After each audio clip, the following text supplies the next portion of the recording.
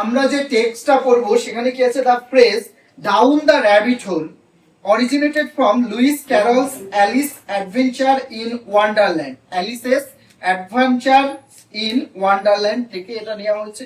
হয় আর যেখানে Alice follows এ talking rabbit, Alice কি করেছে, একটা কথা বলা খরগোশকে সে অনুসরণ করেছে। অ্যাকচুয়ালি র্যাবিট হোল মানে কি? র্যাবিট হোল মানে খরগোশের গর্ত বা বুড়ো, যেটাকে বলে BURROW, বুড়ো খরগোশ যেখানে বাস করে মাটিতে, তো সেই গর্তে। এবার দেখ এইখানে একটা মেটাফোর রয়েছে। বর্তমান সভ্যতা বা সমাজ কি হচ্ছে, প্রযুক্তিতে ভিত্তি করে এগিয়ে চলেছে, কিন্তু অ্যালিস যে সে কি করছে, একটা খরগোশকে অনুসরণ করে কোথায় যাচ্ছে, মাটির নিচের দিকে যাচ্ছে। এবং সেখানে গিয়ে যেন সে অবাক হচ্ছে। কি অবাক হয়ে?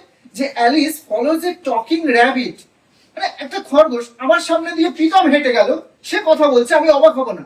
কিন্তু একটা খরগোশ হাঁটতে হাঁটতে কি বলে, কিরে কেমন আছিস, যদি আমাকে বলে তাহলে কি আমি তো অবাক হবই।